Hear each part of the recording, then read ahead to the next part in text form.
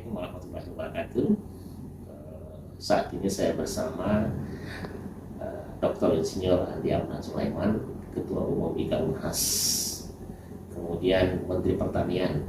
Kesan yang saya dapatkan sama beliau di saat menjadi Menteri Pertanian kebetulan berkunjung ke Kaltim dan sebagai salah satu narasumber terkait di acara kami, Pak. Saya ingat betul dan punya konsep di IKN jauh sebelum orang terkait ketahanan pangan, itu saya ada rekamannya. Nah, hari ini saya melihat banyak visi besar untuk Indonesia, kemudian membangun daerah. Mungkin bisa disampaikan, Pak. Silakan. Terima kasih. Assalamualaikum warahmatullahi wabarakatuh. Waalaikumsalam. Ini sahabat saya, Pak Rektor, yang cerdas dan visioner. Beliau selalu saya sharing masalah pembangunan Indonesia Timur. Nah, ini adalah golden momentum.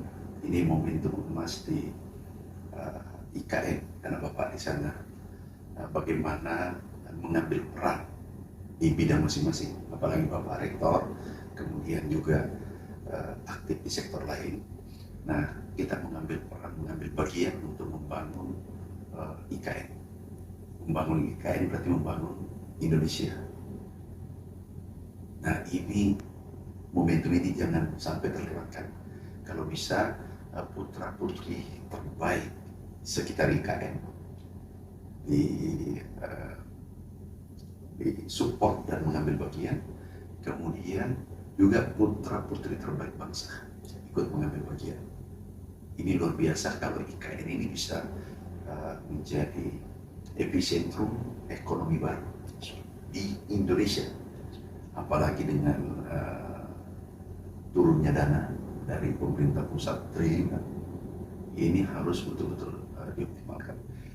Karena background kami dari pertanian, dulu kita sama-sama, kami dulu itu merancang agar ikan ini tidak tergantung pangan dari luar. Ini kita harus siapkan dari sekarang. Wilayah mana yang mensupport, katakanlah per kabupaten kita buat klaster. Katakanlah ada satu kabupaten mensupport untuk hortikultura. Kemudian ada kabupaten lainnya mensupport untuk pangan, kemudian yang lainnya untuk perkebunan, dan seterusnya, yang lainnya peternakan. Tapi ini harus klaster sehingga cukup untuk skala industri. Ini nggak bisa setiap wilayah itu tercampur. Jadi spesifik ya. Jadi harus satu wilayah ini satu klaster dengan memperhatikan komparatif dan teknis. Jadi komparatifnya apa daerah ini? Oh, ini cocok peternakan, ini cocok untuk pangan, ini cocok untuk hortikultura, ini cocok untuk perkebunan. Nah, kemudian ini adalah benteng untuk IKN. Ini bentengnya untuk memagari produk impor masuk dari negara-negara lain. Jadi kita menyiapkan apa sih nanti kebutuhan, terutama pangan. Pangan nggak bisa dihindari. Pangan harus disiapkan, hortikulturanya, perkebunannya, peternakannya, dan seterusnya. Seperti Jakarta. Nah, kita harus siapkan sebelum